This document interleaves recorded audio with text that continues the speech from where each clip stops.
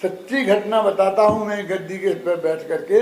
हमने पंचकल्याण किया था 91 में, अभी 3 साल पहले भी किया था। उसके पहले की बात कहता हूँ, जब मुख्यमंत्री थे कौन, भैरव सिंह शेखावत राजस्थान के, और केंद्र में प्राइम मिनिस्टर कौन थे, चंद्रशेखर। तब की घटना है, सच्ची घटना। चंद्रशेखर जयपुर में थे, हमारा पंचकल्याण चल रहा था, हमारे पास खबर आई थी कि आप बुलाओ तो आ सकते हैं। हमने हाथ जोड़ लिए थे कि हमें नहीं बुलाना। आपको क्या बात करते हो, क्यों? उनके आते ही हमारा सब कार्यक्रम बिगड़ जाता है।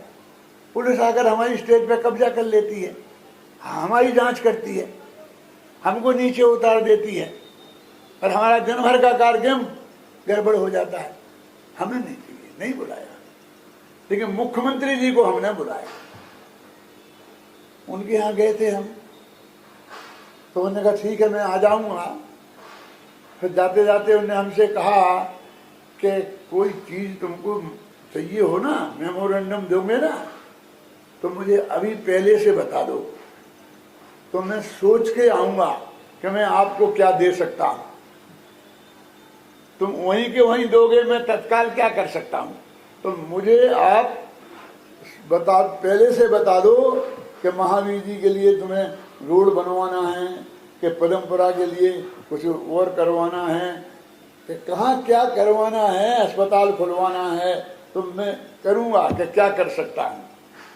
आश्वासन दिया उनने। अभय जी, आप भी तो थे, अभय जी भी थे, जगदीश भाई भी थे उसमें, ये सब लोग का मेन कार्यकर्ता थे।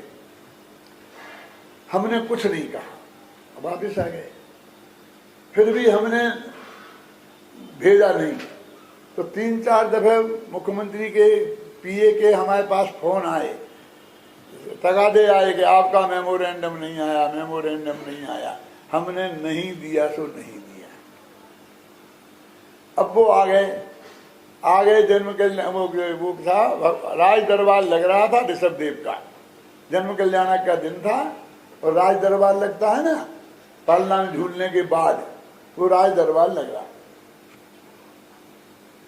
तो उनने कहा अपने भाषण में कि मैंने कहा था कि मेमोरेंडम दे देना, इनने नहीं भेजा।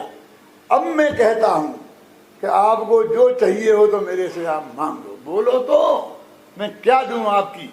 आप मेरे यहाँ मेहमान बन के आए हैं, इतने लोग आए हैं, सारे देश से आए हैं, तो मुझे बताओ मैं क्या दूं। मैं उस मीटिंग को कंडक्ट कर रहा था, ये डंके की चोट कर रहा, गवर्नमेंट की रिकॉर्ड में भी होगा, घबराना नहीं। तो मैंने कहा साहब आपको पता नहीं हो आप कहाँ आए हो। क्या मतलब? आप ऋषभदेव के दरबार में आए हो, इसलिए जो मांगना हो मांग लो।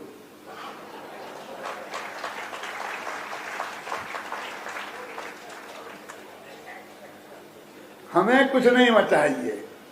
उनसे कह दिया हमें कुछ नहीं चाहिए, आपको अपने देश के विकास के लिए, गांव के विकास के लिए, नगर के विकास के लिए जो भी करना हो अवश्य करें, हमें कोई ऐतराज नहीं है, लेकिन हमारी कोई पर्टिकुलर मांग नहीं है। राजस्थान के मुख्यमंत्री श्री भैरव सिंह शेखावत बाल तीर्थंकर ऋषभदेव दिन की मंगल बधाई देने हेतु महाराजा नाभिराय के दरबार में पधारे हैं।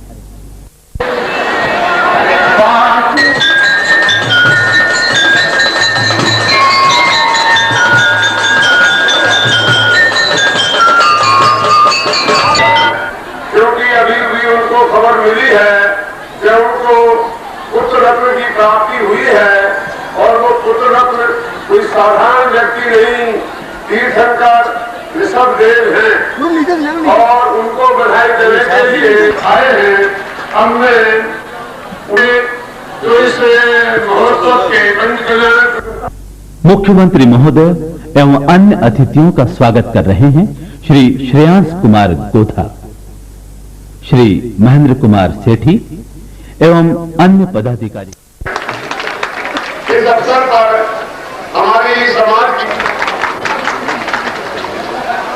आत्मा से परमात्मा बनने की एक क्रिया का महोत्सव है।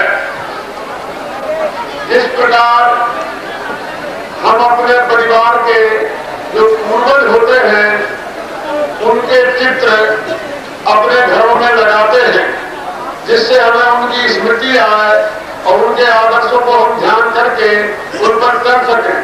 हमारे राष्ट्र के जो नेता होते हैं महान, उनके स्टैच्यू हम चौराहे चौराहे पर लगाते हैं, जिससे उनके जीवन और कार्यों से हमें प्रेरणा मिल सके।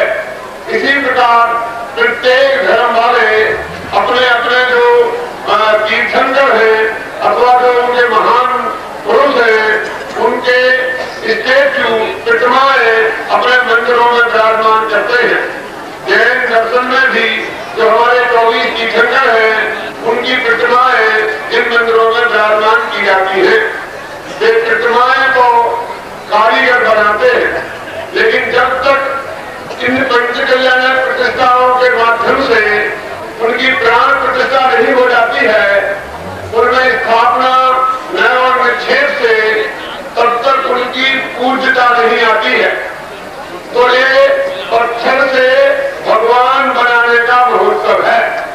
जो पत्थर की प्रतिमाएं यहाँ पर होने प्रतिष्ठा के महोत्सव के माध्यम से जब वो यहाँ से जाएंगी तो देश विदेश के मंदिरों में विराजमान होंगी।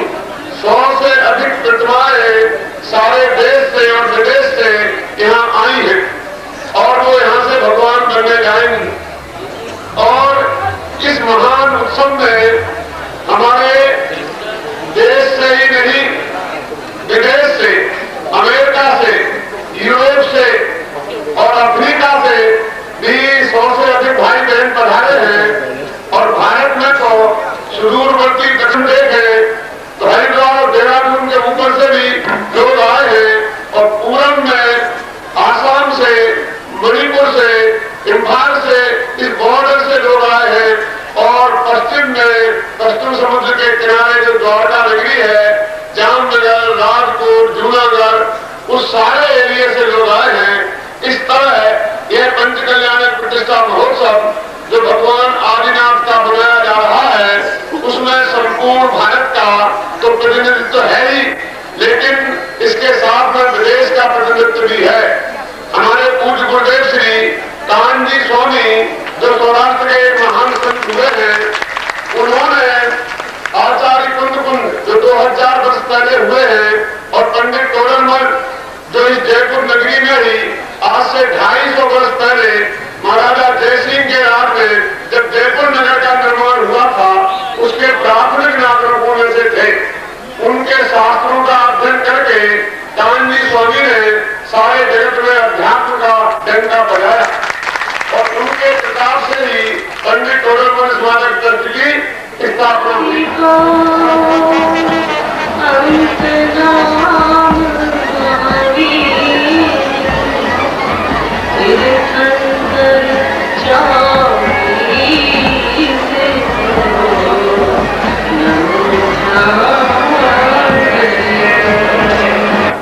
आपने मेले तो बहुत देखे होंगे, लेकिन हमारे जैन समाज का जो मेला अद्वितीय मेला है।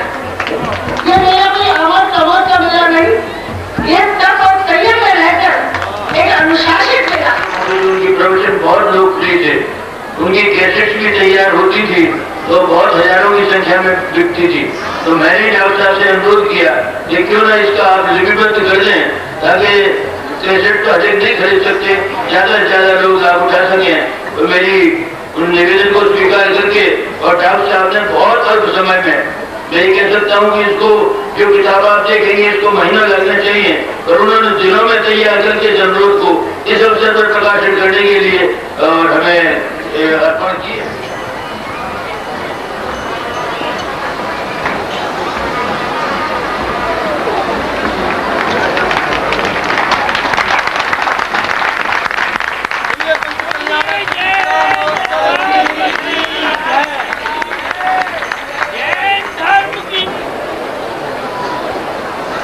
मैं सबसे पहले इस महोत्सव की समिति के पदाधिकारियों के प्रति आभार प्रकट करना चाहूंगा। उन्होंने इस व्यवस्था में मुझे भी संरक्षक बनाया और संरक्षक के नाते मेरा स्वागत स्वयं का कराने का मेरा अधिकार नहीं रहता। मेरा आप सब लोगों का स्वागत करने का कर्तव्य बन जाता है। और इस नाते इस महोत्सव में जो भी सज्जन राजस्थान से बाहर से आए, मैं उन सबका स्वागत करता हूं, अभिनंदन करता हूं और आशा करता हूं कि इस महोत्सव से मैं बहुत ही सुंदर प्रेरणा लेकर अपने अपने क्षेत्र में जाएंगे और जाकर इस महोत्सव की व्याख्या करेंगे। आज ये बहुत ही खुशी का अवसर है कि भगवान के जन्मदिन के अवसर पर मुझे यहाँ कुछ अपने विचार व्यक्त करने का अवसर दिया गया।